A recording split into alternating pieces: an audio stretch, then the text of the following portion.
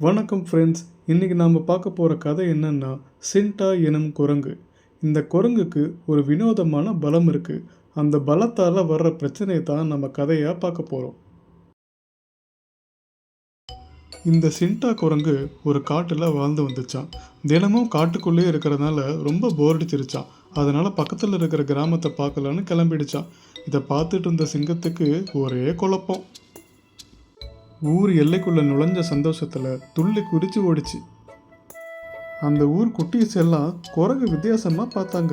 அதே போல் அந்த ஊர் சாமியாருக்கும் அந்த குரங்கு மேலே ஒரு பெரிய சந்தேகம் இருந்துச்சு. அடுத்த நாள் ராத்திரியே அந்த குரங்கு ஒரு ராட்சச உருவமாக மாறி அங்கே இருக்கிற பயிரையெல்லாம் சாப்பிட்டுட்டு இருந்துரு. இது எல்லாத்தையும் பார்த்த ஜனங்க பயந்துட்டாங்க.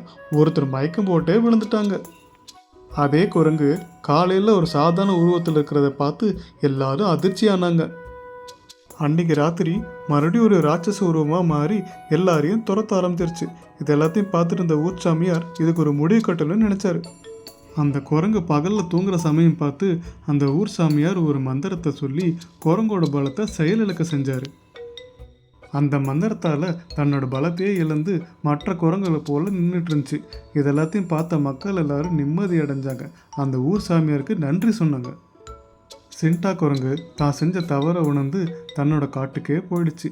எப்போவுமே நம்ம பலத்தை தப்பாக பயன்படுத்தினா இதுதான் கதி. இந்த கதை எப்படி இருந்துச்சுன்னு நீங்கள் கமெண்ட்டில் சொல்லுங்கள். இந்த மாதிரி நிறைய கதைகள் நீங்கள் பார்க்கணுன்னா நம்ம சேனல் RMS எடிட்டை சப்ஸ்கிரைப் பண்ணி பெல் பட்டனை கிளிக் பண்ணுங்கள். தேங்க்ஸ் ஃபார் வாட்சிங்.